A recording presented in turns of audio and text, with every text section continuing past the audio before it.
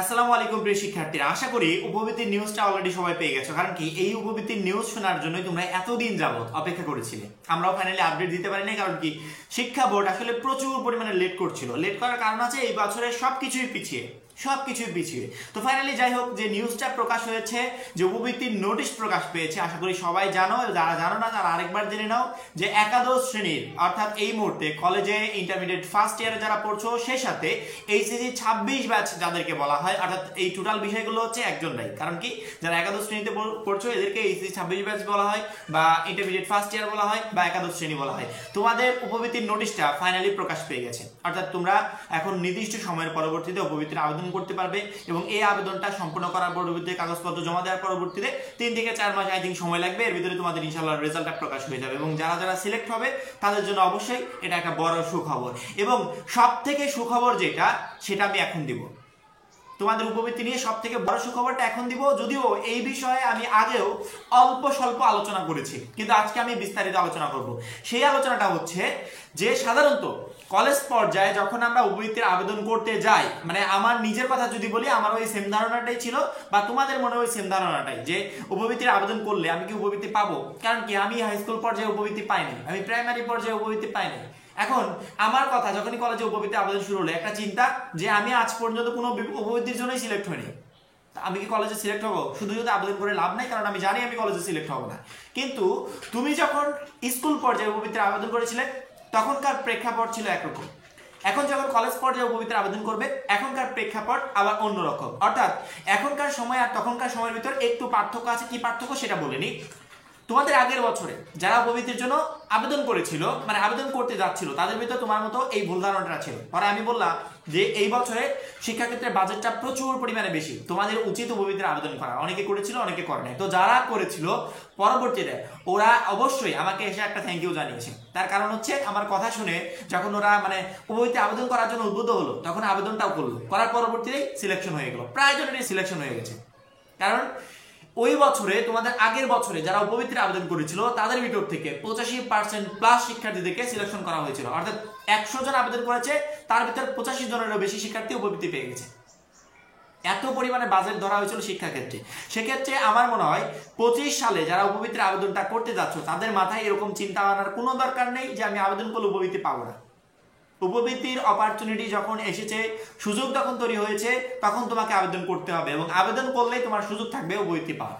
এই প্রায় 80% সুযোগ থাকবে উপবৃত্তি পাওয়ার। কারণ কি, শিক্ষাক্ষেত্রে বাজেটগুলো এবার অনেক বেশি, এবং এবার পুরো বাংলাদেশ তো শিক্ষার্থীদের। সেক্ষেত্রে বাজেটের কথা আমি বাদ দিলাম, অবশ্যই শিক্ষার্থীদের বিষয়গুলো বেশি পরিমাণে কেয়ার করা হচ্ছে, চিন্তা করা হচ্ছে। সেক্ষেত্রে অন্যান্য বছরে যে বাজেটটা ছিল, তার থেকে এই বছরের বাজেটটা আরো বেশি দেওয়া হবে। এবং এই যে বাজেটের টাকাগুলো, এই টাকাগুলো এই সমস্ত উপবৃত্তির খাতে, বিভিন্ন পড়াশোনার খাতে, এগুলো জায়গাতেও খরচ করা হয়। অবশ্যই এগুলো জায়গায় খরচ করা হয়, এবং তারই পরিপ্রেক্ষিতে আমরা ধরছি যে এই বছরে আগের বছর থেকেও বেশি পরিমাণ শিক্ষার্থী উপবৃত্তির জন্য সিলেকশন হবে। একাদশ শ্রেণীর উপবৃত্তির আবেদন যখনই শুরু হলো, তখন থেকেই তোমাদের একটু তোড়জোড় থাকবে, কলেজে গিয়ে একটু যোগাযোগ করবে, খোঁজ খবর নিবে। এবং সব থেকে গুরুত্বপূর্ণ কথা যেটা, সেটা হচ্ছে আমাদের প্রধানমন্ত্রী শিক্ষা সহায়তা ট্রাস্টের যে ওয়েবসাইটটা আছে, সেখানে যে নোটিশটা প্রকাশ পেয়েছে, ওই নোটিশটা বোঝার মতো ক্ষমতা তোমার নাই, এবং আমি আমার কথা যদি বলি, আমারও নাই। ঠিক আছে, কিন্তু আমার বোঝার ক্ষমতা আছে, বা তোমার বোঝার ক্ষমতা আছে।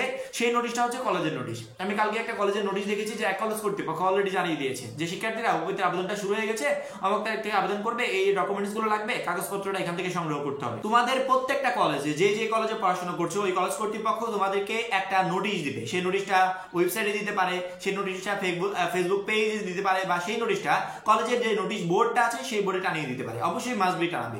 ওইখান থেকে তোমাকে একটু কষ্ট করে দেখে নিতে হবে যে তোমাদের উপবৃত্তির যে আবেদনের ক্রাইটেরিয়া গুলো কি। ওই আবেদন প্রসেস গুলো দেখার পর পরবর্তীতে ওইখানে দেখবে টাইমটা দেওয়া আছে, বা ডেটটা দেওয়া আছে। ওই ডেট অনুযায়ী তোমাদেরকে আবেদনটা শুরু করতে হবে। তাছাড়াও আমরা পরবর্তীতে উপবৃত্তির আবেদন শুরু হলে সেই বিষয় নিয়ে আমরা অবশ্যই আলাদা একটা ভিডিও বানাবো। অর্থাৎ উপবৃত্তির যে নোটিশটা প্রকাশ পেয়ে গেছে, এই নোটিশের এখন থেকে শুরু করে শেষ পর্যন্ত, অর্থাৎ তোমাদের উপবৃত্তি সিলেকশন করানো পর্যন্ত যত ধরনের হেল্প দরকার আমাদের চ্যানেল থেকে পাবে। এবং তোমরা আমাদের এসএসসি 24 ব্যাচ ছিলে, তোমরা জানো যে ভাইয়া আসলে তোমাদেরকে কতটুকু হেল্প করেছে। আমি সেই পরীক্ষার আগে থেকে শুরু করে, পরীক্ষার সাজেশন থেকে শুরু করে, পরীক্ষা দেওয়ানো থেকে শুরু করে, কলেজ ভর্তি থেকে শুরু করে, তোমাদের উপবৃত্তির নিউজগুলো শেষ করে পরবর্তীতে আমি আবার নতুন একটা ব্যাচ ধরেছি। সেক্ষেত্রে তোমরা জানো যে উপবৃত্তির আপডেটগুলো এখন আমি পর্যায়ক্রমে 1 by 1 সবকিছুই দেবো, এবং তোমাদেরকে উপবৃত্তির জন্য সিলেকশন করিয়ে দিয়ে পরবর্তীতে আমি আবার নতুন ব্যাচ নিয়ে কাজ শুরু করে দেবো। এই জন্য সবসময় অলওয়েজ আওয়ার চ্যানেলের উপর নজর রাখবে।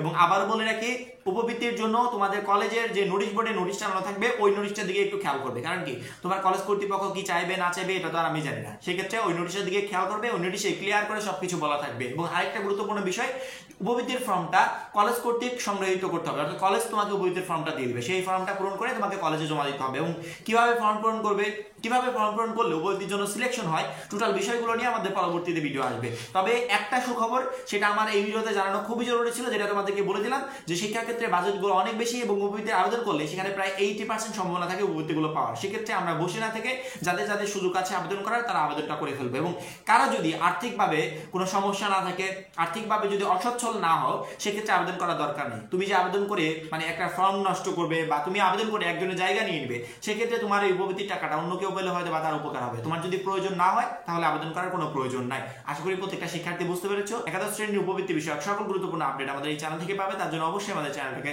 সাবস্ক্রাইব করে পাশে বেল আইকনটাতে ক্লিক করে রাখবে। সবাই ভালো থাকবে, সুস্থ থাকবে, আল্লাহ হাফেজ।